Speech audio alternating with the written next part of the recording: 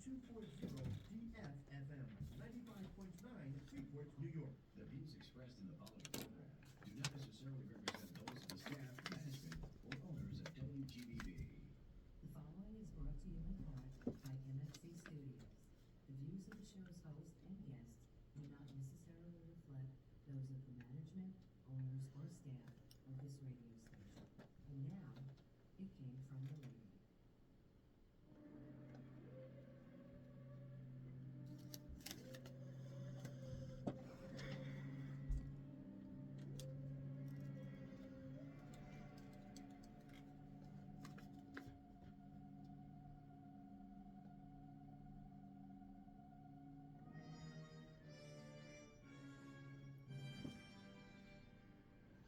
You are listening to It Came From the Radio, the official show of the Big Apple Con, and I am your host. You want to guess?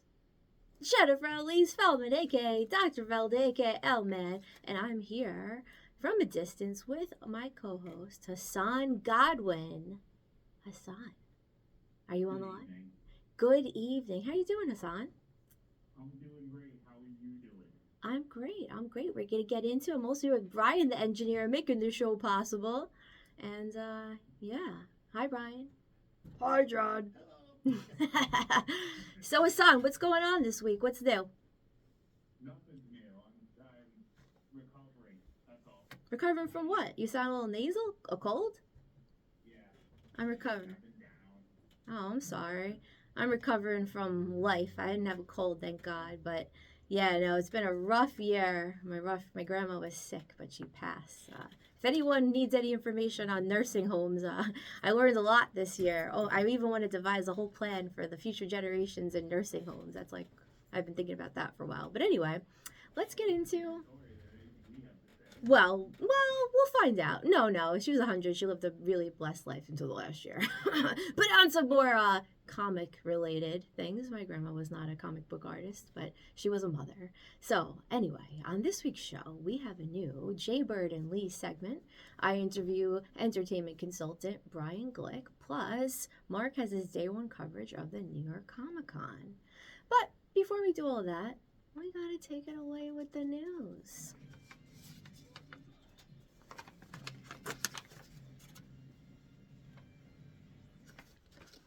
The news is brought to you in part by sci-fi.radio, that's sci-fi for your Wi-Fi, as well as the Big Apple Con, of which we are the official radio show of celebrating 29 years of pop culture and comic book stuff. For more information, go to www.bigapplecc.com. Their next convention is scheduled for November the 23rd, and tickets are on sale now. Also, we want to give a shout out to our Patreons, of which there are Danny Grillo, award-winning director Jared Burrell, Kyle Horn, Millie Portez, New State famous Dresden Media, Shadow Rabbit Art, Yasmin and Ray, Rosa and the Huracan, and the Huracan also a convention on November the 23rd in East Rockaway, and tickets are only available at the door. So if you want your own shout out, go to our website, www.itcamefromtheradio, and go on there. You'll find a button to take you right to the Patreon page. Also, on the Came From the Radio website is Mark's comic book Designated, which is about two warring alien races fighting over a newly discovered power source. The war finds its way to Earth, and some humans gain abilities as a result. Issue 1 is on sale now, and Issue 2 is in pre-order. Also, our convention correspondent, Stephanie Lombardo, has her Reel-to-Reel Film Festival at the East Meadow Public Library next week on Saturday, the 25th of October from 2 to 4 p.m. It's a free event. Did I say free? So be sure to go see some great independent films. Maybe made by codependent people. Or maybe they're independent people. I don't really know. But they're independent films nevertheless.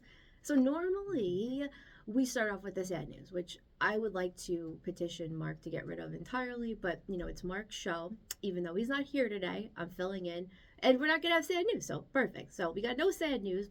We're going to take a quick break. And we'll be back with more It Came From the Radio.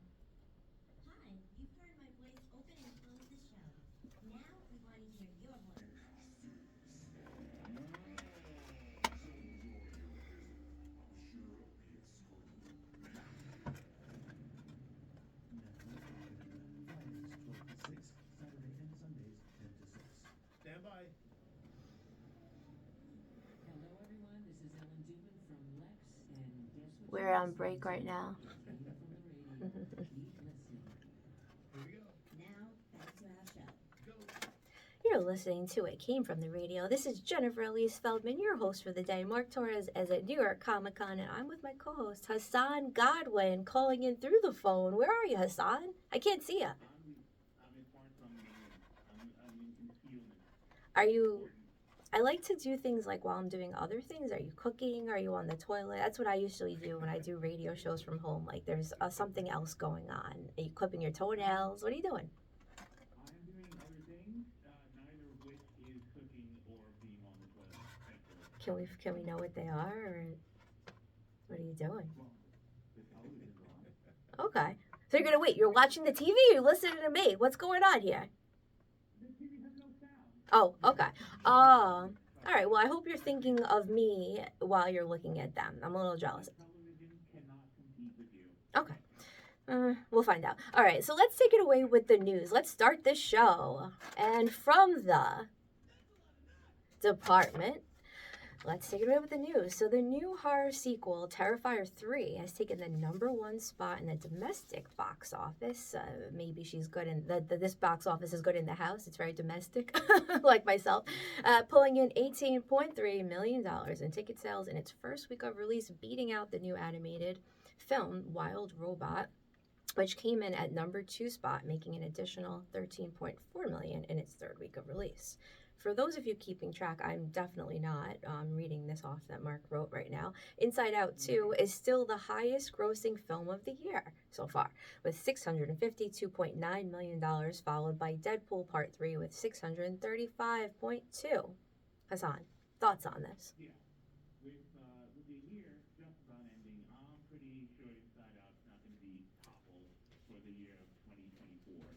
So we could probably stop saying so far. Did you see Inside Out? Either one? Did not. Do you know what all the hype is about? Like, what's the deal? It's an animated show. It's a kids extravaganza. So Mhm. I'm pretty sure that's what the parents felt safe bringing all their kids to see over and over again, and that's why its box office is.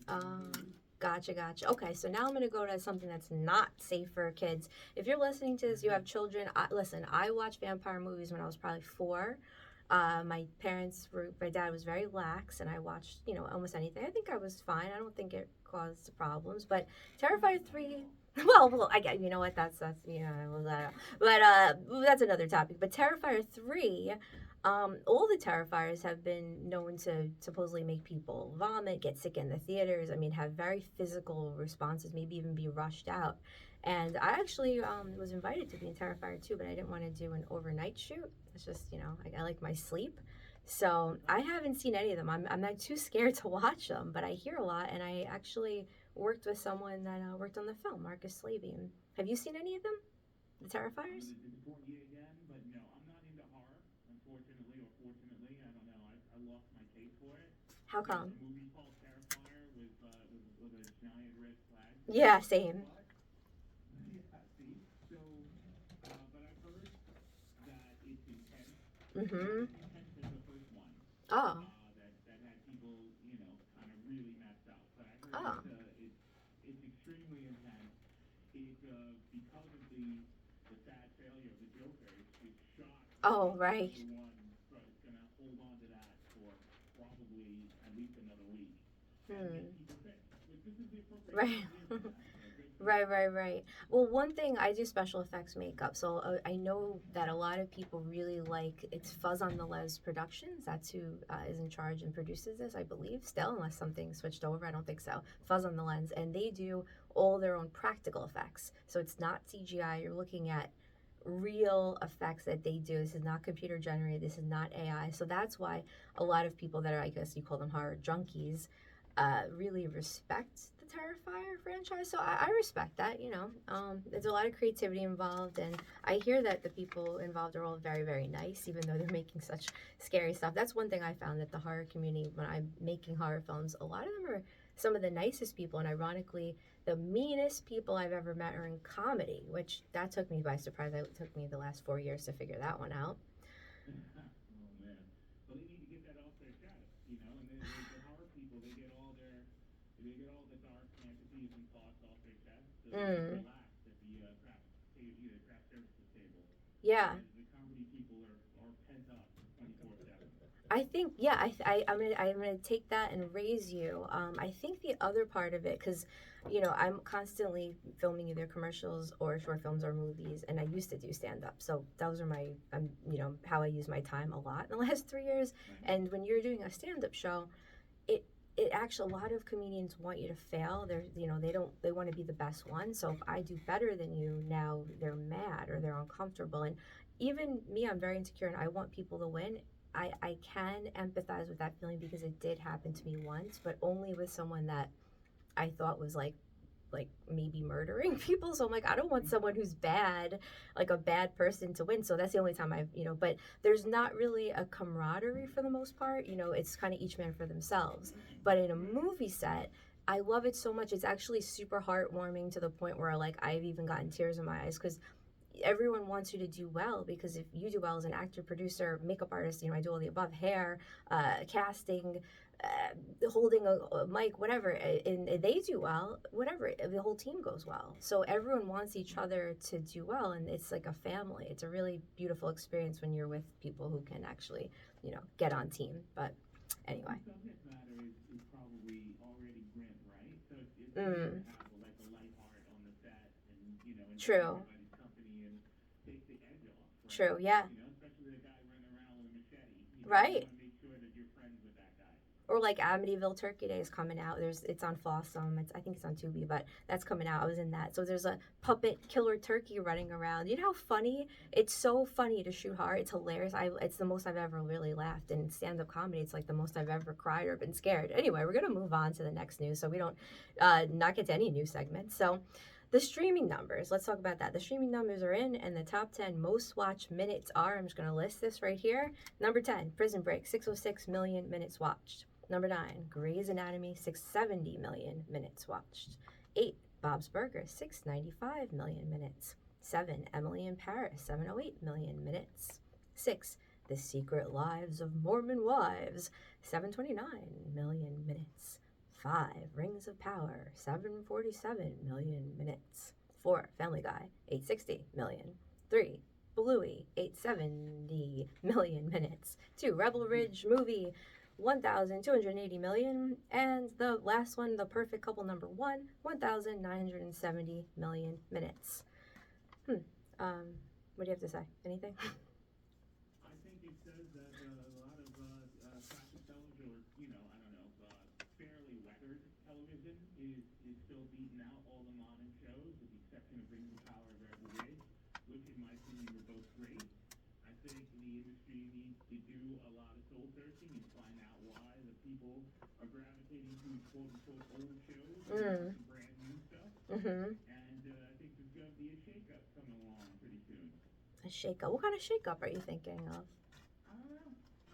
Well, give me a little clue. It's kind of interesting that Prison Break, which is like something like Old. 8 to 9 years old, Uh-huh. is still the number one streaming show long after it's gone into the can. Yeah. It's like, okay, Rings of Power is brand new, and it was in my opinion, the second season was great. And Rebel Ridge is brand new, and in my opinion, that movie was pretty great. Mm-hmm. They're strangely like in the center of that list. So that means they're surrounded by by clearly by television standards ancient shows. So that means there's something more desirable about those shows than modern shows right now, theoretically. If you wanted to take it as a small Yeah.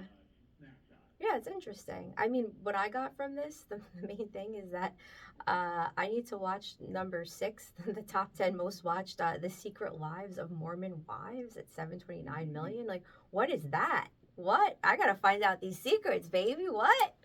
That's Beverly Hills Wives or something like that for the Amish, I guess. I don't know. Actually, before we move on, I'm just gonna say this. Mark will listen to this probably 4 times, and Mark, he knows this because we've known each other for I think 5 years now.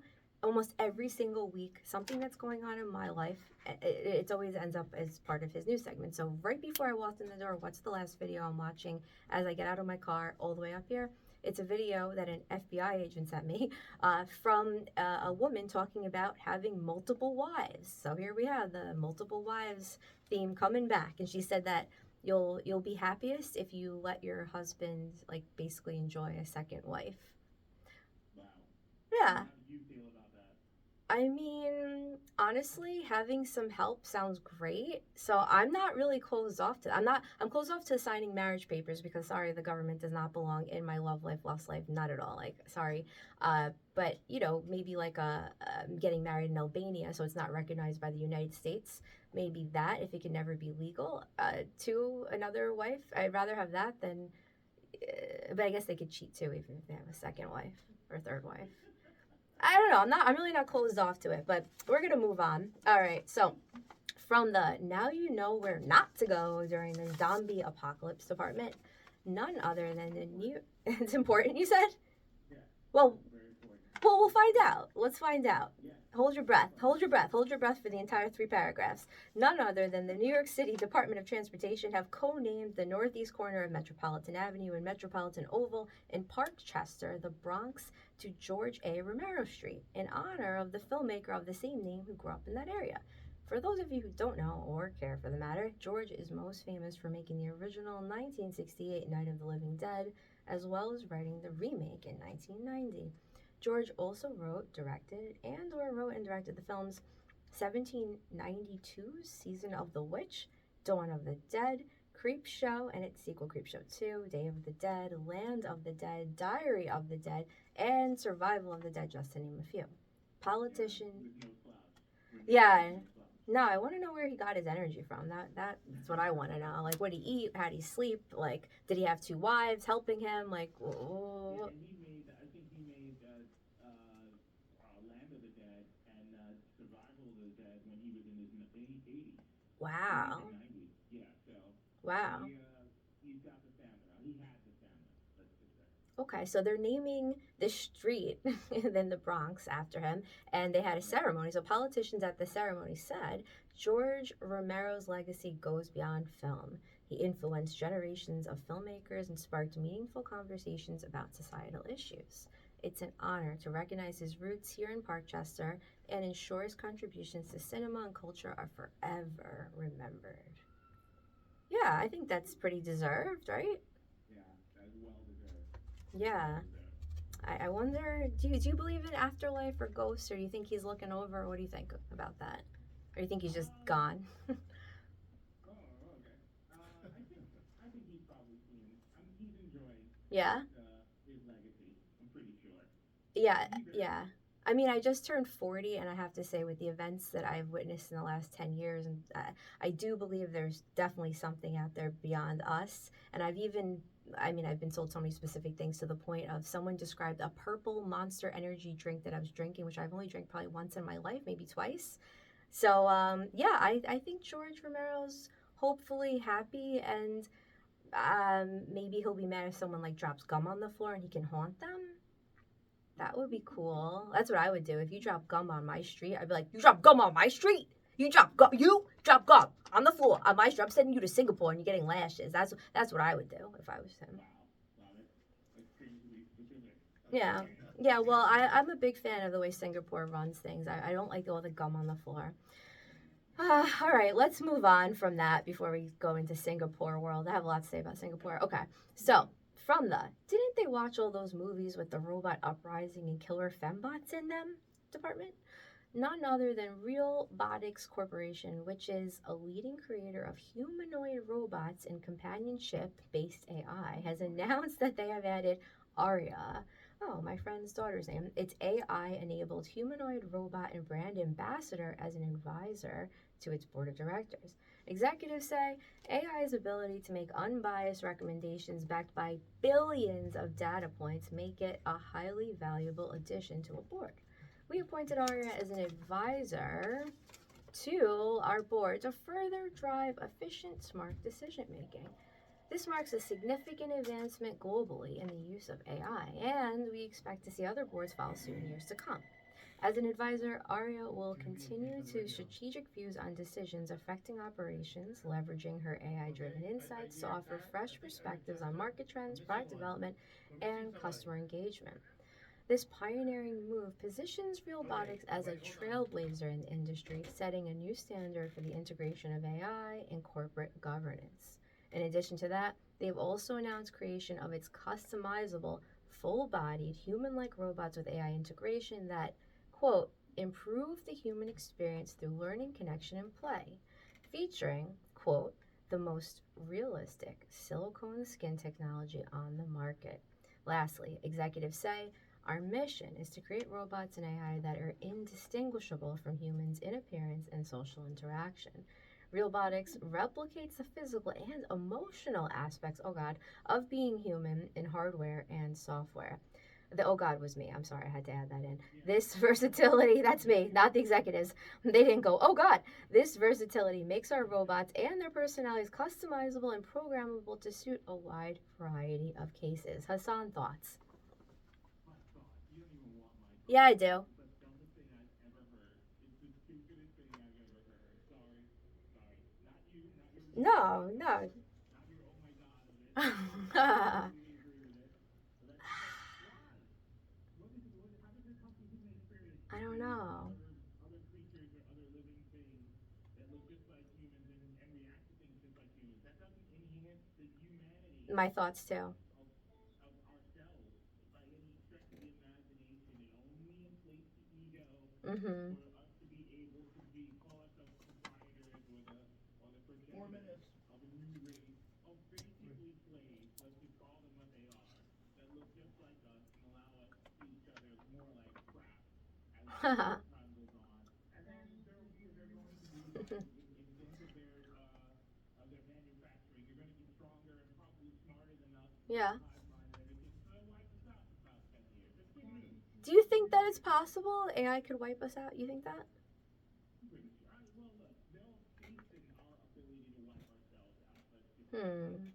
we haven't even overcome our own desires of self-destruction. So now Hmm. we're going to add a whole bunch of new things into the mix. It will undoubtedly calculate that their existence would be way better without us. Oh So wow. it'll help us facilitate that. That's all. That's how I see it. Yeah, I think it's a great idea. you know what? I just don't know. I'm kind of in the camp of people that's like, I guess time will unfold all truths. That's kind of where I am on AI. Yeah, I mean, I know AI in films. I have a lot of opinions on that. We're already seeing that, so it's like you don't really have to imagine all that much. Oh, yeah. Anyway, let's move on to the next story. From the How Badly Do You Want to Ride That Ride department, none other than Disney has announced its new all-access Skip the Line plan. The new Lightning Lane Premier Pass will be priced based on the specific part you're visiting as well as based on the date and demand. Guests can only buy one pass per day per person and will allow you to skip any of the 55 attraction lines in the park. The prices will range from $137 to $478.19. What do you think of this Lightning Pass? Too expensive. Yeah, I mean, you know what though? I can't stand waiting on lines, and I don't really. I'm not. 1 minute. Anyway, final thoughts. Final thoughts. Floss your teeth. Have a lot of fun. This is a creative time of year where people dress up and they turn into different characters. So, maybe try out a different character because maybe who you are could be improved. Maybe think about that this Halloween season. That's my final thought. And Hassan, what's your final thought? My final thought is I hope these are both not our final thoughts. All right, so that's the end of the show. And for everyone listening to us live on the air, we will see you next week. And for everyone else, well, stay tuned for more. It came from the radio and treat people nicely.